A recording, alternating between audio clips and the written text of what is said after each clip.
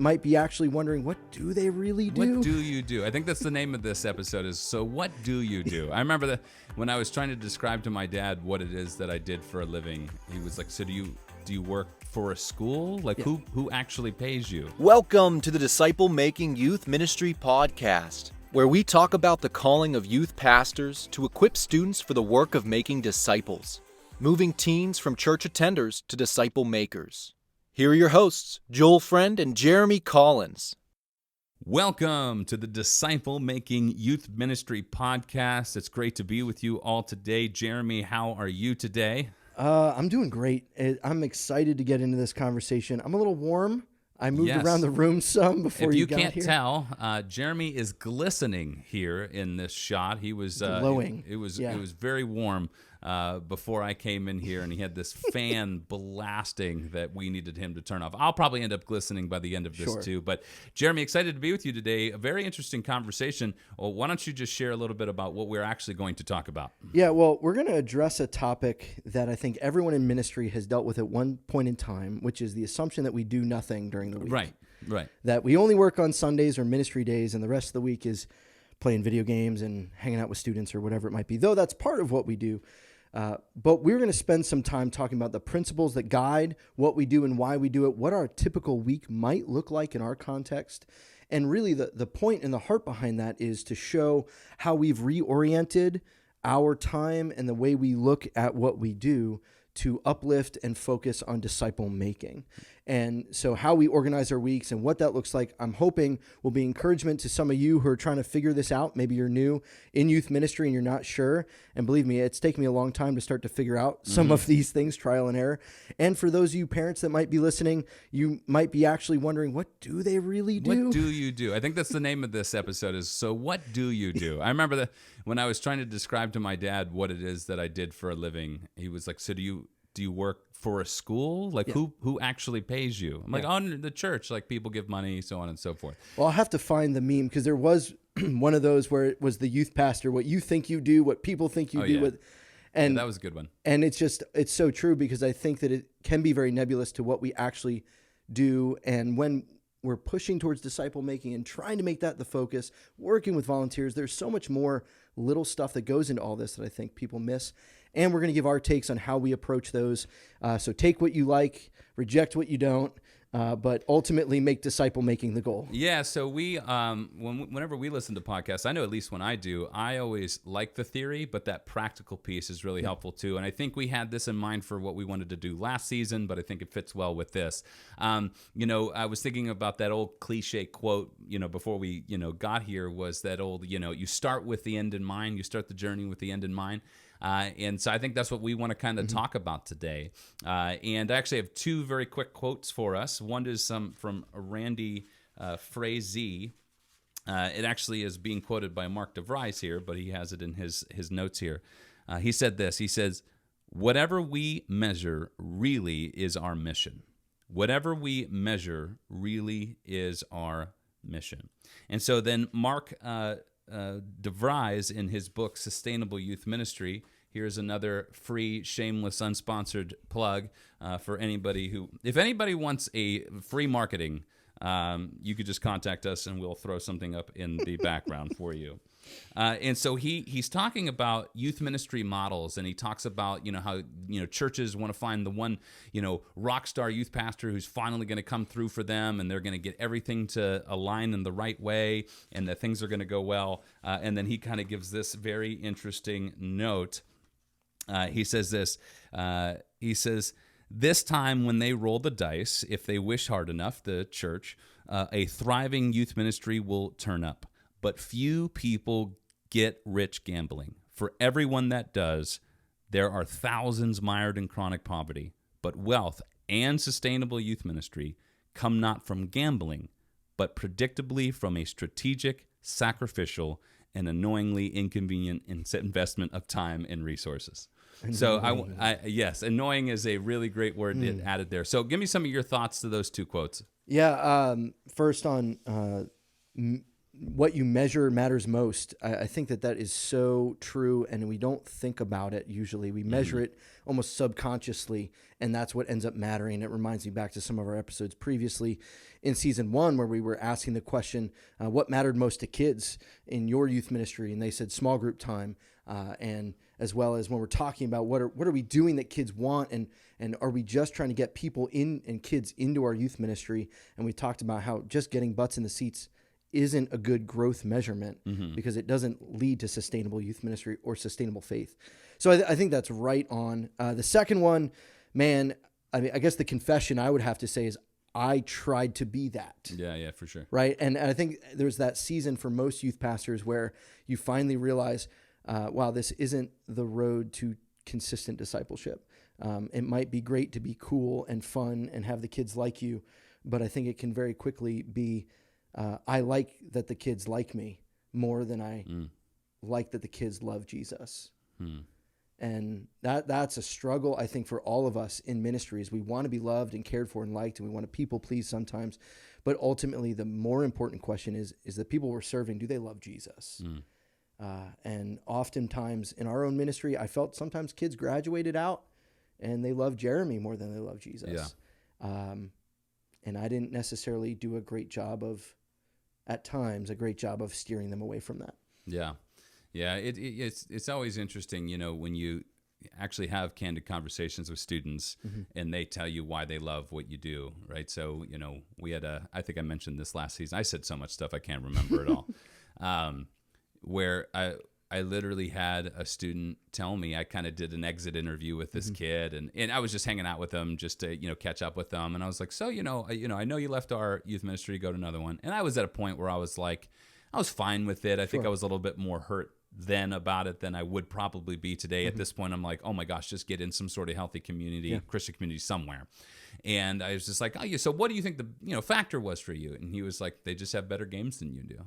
And I go, okay, all right. Well, that's a thing that kid values, and I think that maybe that was probably the wrong measurement for him personally, but it was sort of reflecting on maybe where our priorities were as a ministry, maybe not up in line with what they wanted. And so, yeah, any kid will come to your ministry for anything. But I think what we're ultimately trying to do in this episode is talk about what is our strategic, what is our sacrificial and annoyingly investment of time, energy, and resources towards the goals.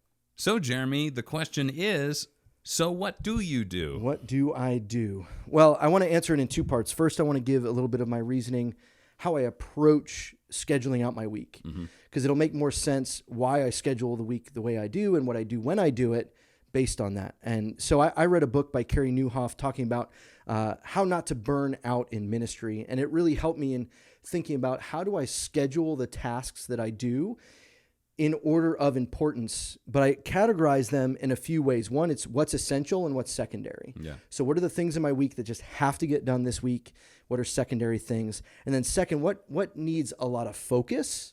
And what maybe are things that don't need as much focus, setting up a room, cleaning up, things that I can throw in a podcast and do that, and it isn't that much focus. And so by looking at those two metrics, usually the things that are very essential and need a lot of focus, I do those in the mornings or early in the week.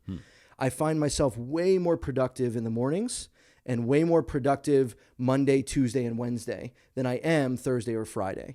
And so I try to schedule my week, putting the things that I'm good at, that don't need a lot of focus, at times where I might be a little tired, because I know I'm going to have to spend more time doing my for example, expense reports for youth ministry. Okay. I'm going to have to spend more time focusing so I don't get a call from the business manager of, oh, you missed this receipt or I have to focus on that more than maybe figuring out to do a game or things like that. So I approach my week categorizing in those two ways, but usually this is how it breaks down for me when I'm looking at my week.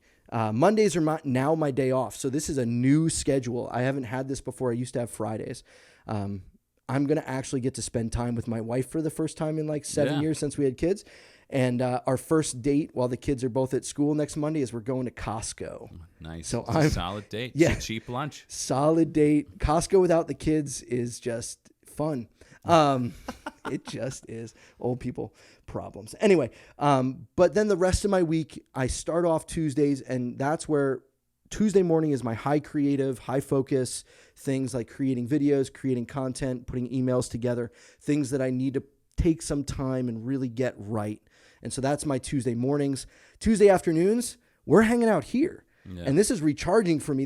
It takes focus, but this isn't nearly as demanding as putting some of those other things together. Wednesday morning is usually lesson prep.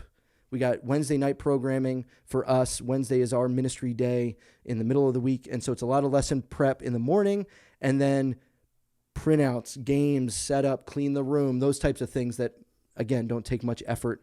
Thursdays, I'm working from home. So Thursdays are a lot of emails, a lot of video editing. I'm usually creating a video or two a week for our church. And so that's video editing can happen at home while my kids are watching TV or something like that.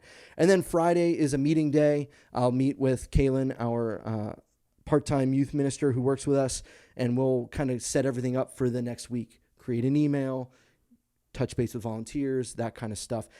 That's the overall bones. And then, as you know, there's lots of little things that pop up throughout the week. But that's kind of the structure of how I approach my week. And I try to put, if I'm going to have a meeting with someone, I usually am like, hey, let's do coffee, 8 a.m. I will have your full attention. I will be able to focus on you if I move that to that place. If we meet at 3 o'clock in the afternoon, I'm not all focused. I'm kind of tired. I'm kind of ready for the next day kind of thing. So that's how I approach it. And that's a little bit briefly of like the big snapshots of what I do. Yeah. So what about, all right, here'd be a question. I'll answer. I probably won't go as to much detail day to day. I'll end up doing my sort of brief, like bullet points. But what about like when you are, imagine a standard ministry week for you in general. What do you think what are you planning out to ultimately accomplish in that week? Yeah, and so that's where, with lesson prep and communication with volunteers being at the front end of the week, our main goal being discipleship is our small group time at youth group. Yeah. And so setting up the lesson and the small group time, we focus so much of our time on that. And so that's why that's a Monday, Tuesday project, not a wait till 5 minutes before youth group and go, oh, wait, what am I talking about again tonight? Yeah. So that's where that takes precedence. And that's where we have enough time to make tweaks and changes. If last week, this didn't go that well, let's try some different things. So that's really where a lot of the discipleship focus happens, is in the lesson preparation for Wednesday and Sunday nights. Sunday is our high school ministry night. And a lot of times that's also where we're communicating with volunteers and touching base, finding out how small groups have gone. And then always, every day, anytime when I can get to recruiting, I'm always trying to recruit, because our goal is to put as many leaders in the lives of kids, because discipleship is our focus. So that's kind of how that takes precedence. Our main discipleship tool is our small groups, similar to what you guys use. I want to ask you to do a zoom in here in a second. I'll kind of walk through my week here in a second. I want to do a zoom in of like, okay, walk us through the night. Like I'd be curious about that. It's like, what is it? Because I remember a couple years ago, I was trying to figure that out. It's like, okay, what does a night look like? How much time do I spend? A lot, so on and so forth. So I'd love to zoom in on that. So for me, the main things that I am trying to accomplish are communication with leaders and parents.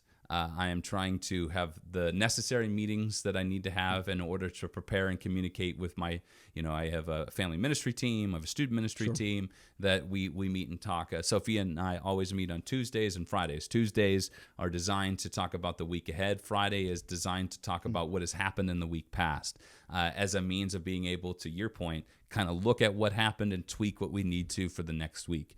And that's just a chance for us to think together too. I mean, the other one is Friday's a good one. It's like, okay, what did you see from last night in terms of ministry needs? Like, did you see any kids? Do you have any kids that like had a particular night, or anything you noticed, anything we need to follow up with? So it's that relational piece. So I have my meetings to kind of prepare. I also have my relational meetings. Like, I have 3 different people that I essentially rotate through: students, parents, and I usually do that with lunch, coffees, or dinners, sometimes breakfast, and then my leaders. My leaders I try to meet with them every 6 weeks, and we got a lot of leaders, and so I end up meeting with them a lot. And I usually use like lunches for that, and and then Friday afternoons and Wednesday afternoons for students. Now, I'm also going to a lot of like soccer games, golf matches, soccer and golf, football Saturday mornings because we have some kids on the JV team, so on and so forth. So those things happen. So what's interesting is like sometimes Saturdays are ministry days, sometimes they're not. It just depends on the schedule of that week. And then we also have the last thing is kind of our main things that we do, which are Bible studies, and so the girls' ones are on Sunday nights, the guys are on Tuesday nights, and then we have our main program in terms of our large group gathering on Thursday nights. And so one of the things I wanted to bring up too is part of the reason why we plan the way that we do is thinking through what do these kids need out of this given week. So what do we need to provide for students in this week to meet a variety of needs? One is the need for a healthy Christian community. Sure. The second is the need for scriptural conversation. Another need is around students who need to develop discipleship tools and spiritual strategies and all those sorts of things for their own personal development. And we also, our Bible studies are designed to do kind of two things: help kids gain confidence in their own ability to read the Bible, but we also do it so that they can teach others. So my Bible study that I did this last summer, the first several weeks were about me teaching them how to do it. And then the last couple of weeks were actually, they had time ahead of time to prepare and lead the group. And so, it's the same thing as like, I have a couple buddies of mine, and he's trying to show us how he does this particular, craft that he has. And I have watched him do it 5 times. And I mentioned him the last time, I was like, and I haven't really done anything with it. And so my thought ended up being, and I said to him out loud, I said, Aaron, I've watched you do this 5 times, and I'm nowhere closer to doing this than when we started, because all I've done is watch him rather than actually do it. And so I wonder if that's a missing piece for what we're doing in youth ministry, is we hold everything in our corner as like, we have all the knowledge, we have all the skill and all that stuff. Are we giving students the opportunity in order to do that? I mean, I think that's one thing that we want to help them to do, is articulate their faith, but also understand how to read the scripture on their own for themselves, but also to teach others. And then Thursday nights are really that healthy community, and we have that's more conversations around God's word. It's kind of like the intro to being a part of our ministry. And then the other stuff is just me hanging out with kids one-on-one, meeting with kids, spending some time with them. Also, I started seminary this week. So there's that. And we both are part of the preaching teams at times at our churches. That throws a whole different flow into the week. And it does. So anything you want to respond to anything I just said? No, well, I think what you're saying is so crucial, because I think that the way that you just described the relationality of what you do, of how you're meeting with leaders and meeting with students and going to games and doing those things that are so important, it can be easy to forget about those things and just do the tasks that are at hand. But you're able to sit back and say, okay, what is essential? Relationships. How do I foster relationships? How do I help these relationships grow? So I think that you're living out the principles that you're wanting to see happen. And I think that that's the encouragement we would give to you listening or watching, is sit down and talk about what is your ministry about, and then start to work out what your week looks like. I'll also say, though, that knowing that we've both been in our places of ministry for a considerable amount of time, there's a level of trust that we've gained from our senior leaders, that they know what we're about in ministry. And so we're able to be very flexible with our schedules to suit ministry and do that well. And you might be in a situation that's not that, and that's okay. You have to work with the context that you're given. If it's a timesheet situation and things like that. And it can be challenging. But the truth is, ministry doesn't always fit in that context. So you have to find ways to put at a priority what is important, and that's what you've done. And I think it's a great lesson to take practically from what you said. Yeah, awesome. Okay, Jeremy, I'm a new kid. I've never come to your youth group before. Walk me through obviously you have your study and you do stuff off to the side, but the main thing, and I'm walking into it. What's my night look like? What does the night look like? Well, if you show up, it depends upon what age you are. We have preteen and middle school that both meet on Wednesday nights, but we put them in different locations. So if you're a preteen student or a middle school student, you'll be taken that way. But regardless of that, all our nights start about the same, which is kind of catch up, hang out, unstructured time at the front end, partly because people don't always show up at the same time. Right, yeah. And it also gives leaders a chance to bounce around and connect with multiple students and kind of work the room. Sometimes that's outside, or for at least as long as it can be until it's November here in Pittsburgh, and then we got to go back inside. But it's a lot of unstructured hangout, talk, food, drinks, all that at the beginning. Particularly if you're a new student, this is where as a leader is going to come up, introduce themselves, talk to you, get to know you. Hopefully not in a super overbearing way, but at least in a fun way. And most times if a student's coming, they know someone in the ministry. It's very rare, at least for us, that someone comes without a relationship prior of some kind. Yeah. So then we shift into our fun stuff and some of our connection games, goofiness.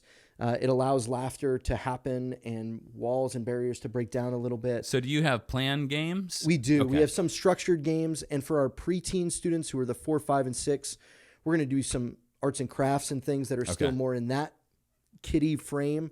That's also where we do a service project type thing. So that 6:15 to 7 o'clock time is flexible, but usually it's something fun, run around.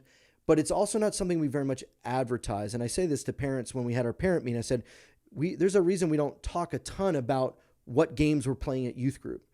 We spend time planning. It's not because we haven't planned them, but we're not making that the draw. Oh, we're playing Go Ball. If you don't know what Go Ball is, go look it up. It's a Paralympic sport. It's amazing. We're playing it on Wednesday. Go look it up. Anyway, but we're not advertising that as much as we're saying, well, that's what we're going to do. And then from there, we switch into a time of teaching, which is usually 10 to 15 minutes, either Kaylin or I teaching up front in the group. And then the rest of our time, about 45 minutes, is spent in small groups with leaders. And that's really where life is shared, the week is recapped, and some of the lesson is debriefed. But the more important is the relational, pray with one another, care for one another, and here's some questions to talk about. How long is your teaching time? Teaching time varies, but I would say we're shooting for 15 minutes at the longest. Sure. Is kind of our shot, because what we really want them to do is we don't want them to tune out so much that they're just going to be not paying attention or not involved in small group time. But we also want to be direct enough that we're giving them a solid foundation of which to then leaders can build off of in their conversations. So 45 minutes, is that for both middle and high school or just high school? That's the same for every age group. Every age group. How do you find that time? Does that time get filled well? Or do you feel like leaders run out of material at some point? Yeah, it comes down, the challenge comes especially at the beginning of the year when relationships are being formed, especially for newer students. Sometimes that time isn't always filled up all the way. And so that's when, with our leaders and students in different spaces, we'll give room for, okay, the last 5 minutes, if you've run out of time, hang out, talk. It isn't always so structured so that the leaders have the flexibility to do icebreakers, things like that, to get to know you. For the younger kids, the 4, 5, and 6 graders, we usually probably limit the small group and lesson time to 45 minutes total, because they're a little bit more scatterbrained and it's hard to keep them all focused. Especially 4th graders. They're just so excited to not be in kids ministry anymore. Right. It's like, there are no rules. Right. Yeah. So, but that gives you an idea of what it would look like. The emphasis being on that small group time and really letting our leaders do the majority of ministry, talking with kids, being with kids. And we've just got some rock star leaders that, just do an awesome job. Yeah, that's great. So what does your night look like? New students showing up? Yeah, actually, before I answer that question, there was something else I wanted to say before I go on to this. So part of the reason why I plan the week the way we do is the most precious thing that a kid has to give to us is time. Number one thing. And so what we also find is that not every kid can make it at a certain time frame on one night of the week. And so what we try to do is we try to spread things out to think about a ministry week going from, say, Saturday to Friday.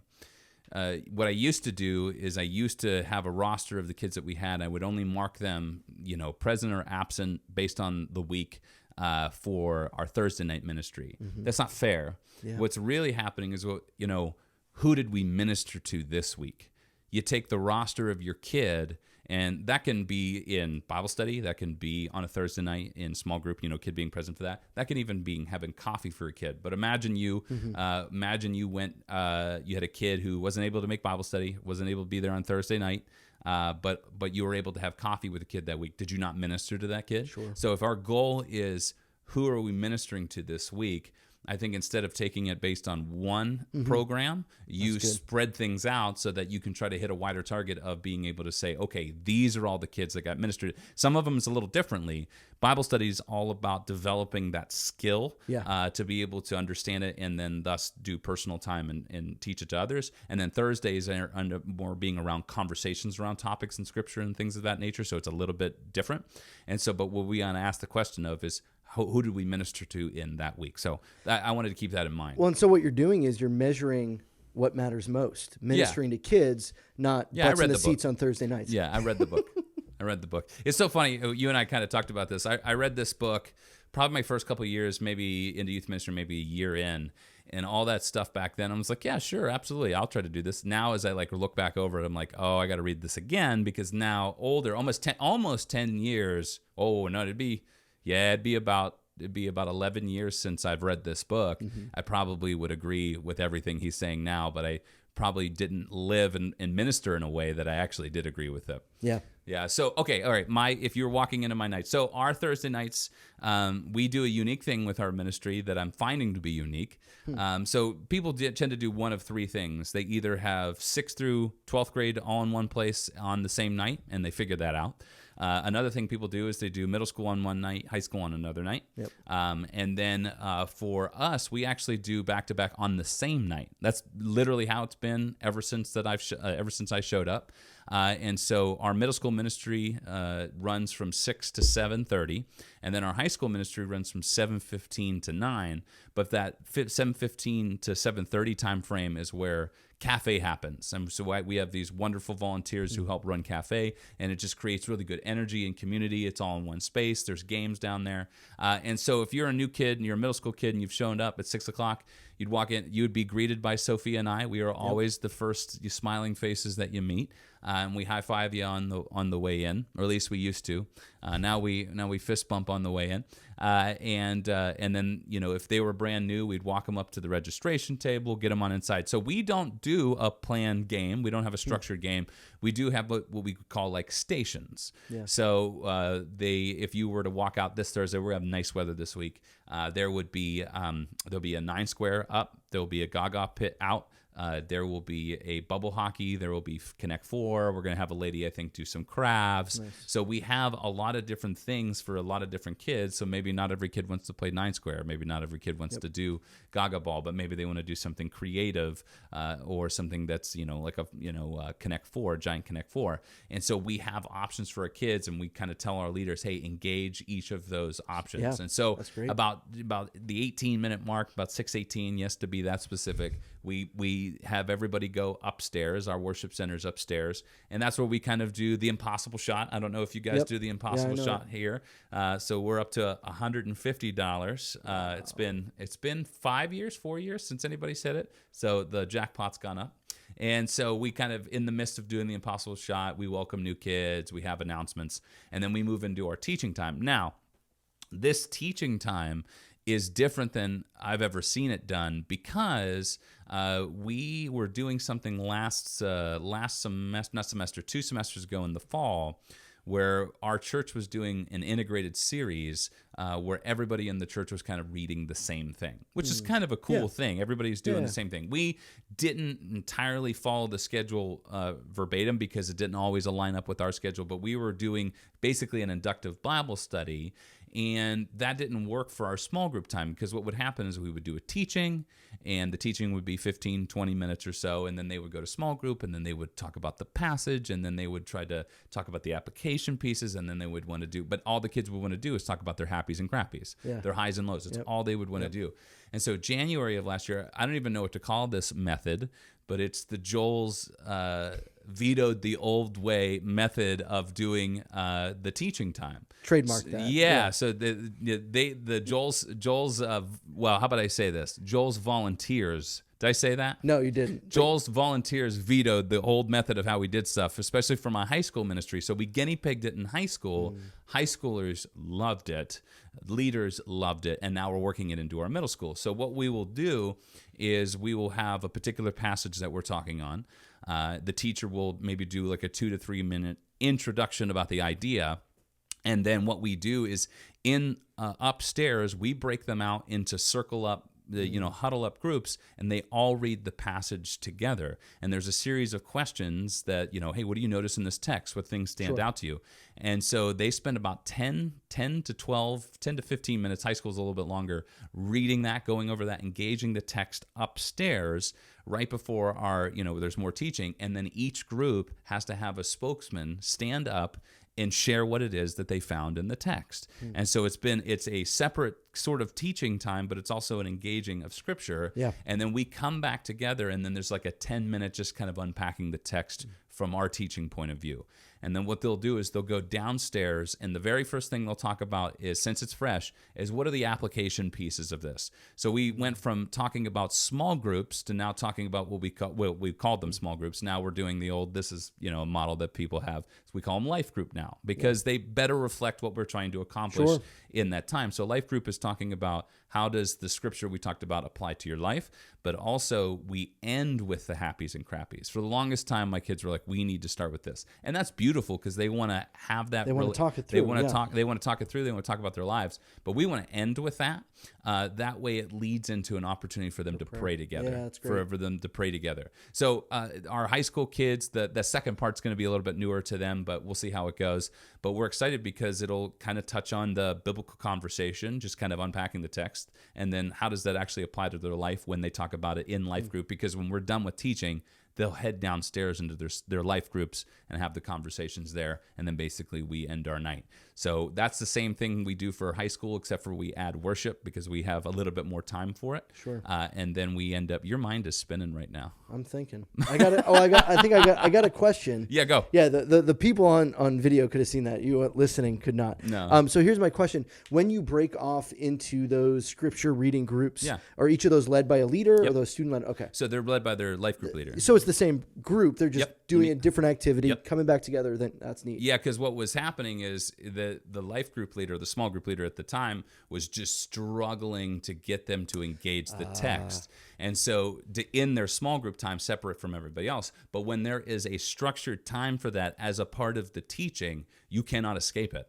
And everybody's on the hook. It's almost this like crowd accountability that everybody's going to read this text together. Everybody's going to have this conversation about it. We're all doing this at the same time. Everybody knows. And then each group is on the hook to kind of share some of the things they discovered and found. But the other wonderful thing is what you might not get. We split up age or grade and gender, is that you might not get a female's perspective on what it is that we talked about, and a female might not get a male's perspective about what they talked about. So hearing the voice of their other classmates is a wonderful part about that as well. So so we break them out upstairs into their same groups with their same people, with their same leader, and then they go downstairs, same people, they talk about it. That's great. No, I think that's interesting. Because you're right, those are things that I hadn't thought of doing it that way, but it totally makes sense because you're building this process of discernment and scripture reading and mentorship and all of these things combined into how you do your night. And that's what we're talking about when we're saying disciple making youth ministry, not just youth ministry for youth ministry's sake. Right. And while happies and crappies might be a great thing to get students to do relational stuff together, if that's all we do, then that's not the point of disciple making. Yeah. That's just therapeutic moral deism. Feel good about myself, feel good that I helped someone else. God's loving, yay. But to look at the text, apply it to our lives, do the hard work with a leader. Yeah, I think that you're on to something there. I'd love to hear how that goes with middle school as well. And yeah, I mean, I'll say it this way: the last 7 years, we learned what didn't work, and I won't know if this will work for another 6 or 7 years. Yeah. So we'll see how it goes. I mean, we're experimenting with stuff that we think is right down the alley of where we should be going, and we'll see if it does indeed create some sustainable youth ministry for what we want. So that gives me a question. Is there anything that you've got in the pressure cooker that you're thinking about trying out that hasn't happened yet, or this is kind of... Well, the multiply thing is still in the pressure cooker because we're actually in the early phases of it. Sure. But yeah, I mean, we'll see how that... So we've gone through the initial phase. Now we're trying to relaunch it with the new leaders and stuff like that, and we'll see how it goes. Neat. That's awesome. Well, I hope that this has helped you, or at least if you've been interested to just know what Joel and I do in a week. Yeah. There's more that's in there, and that's by design. We can't get through everything that we do, but the goal is to show you how we approach ministry. And let me be the first to say, and Joel's already said it a little bit in how he's approached it, but these things change. This isn't how we've done it all the time. And week in, week out, I'm making tweaks and changes as well. But it comes down to what is our goal? And if we keep that goal in mind, both for our leaders' sake and our ministry's sake, we're going to find ourselves in the place, hopefully, we want to be, as opposed to building ministries that are just built on sand, not on foundations of rock. And Amen. So... That's our goal, is to encourage you. Take a look at your week. Take a look at what you do and how you do it and why you do it. And if you come to not being able to answer why you're doing something, maybe that's something you shouldn't be doing. Yeah. And make that case. Do that with maybe your supervisor as well. I can't imagine how flabbergasted a senior pastor might be if someone came and said, "Hey, I want to do ministry better. Can you help me figure out my week?" These are something like those are good questions to ask that usually don't happen in ministry because we're held tyranny of the urgent, whatever the next thing is, especially now that fall is here. Ministry nights are coming. So thank you so much for joining us. If you've found us on YouTube, or if you were listening on the podcast on Spotify or Apple Podcasts, wherever it is that you get your podcast, you can also follow us on Instagram at download. Oh, what is it now? Oh, gosh. You almost said Download Youth Ministry. I almost said Download Youth Ministry. Trying to keep plugging for them. You keep... That's my bad. Yeah, you put it in my It's head. Disciple Making YM? Disciple Making _YM. Yeah.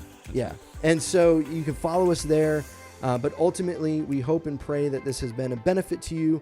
And we're excited to hear how some ways you can find us on Instagram there, some ways that you do your week that's different. Yeah, so we're excited for our conversation next week. Our first guest on the show, Joe Williams.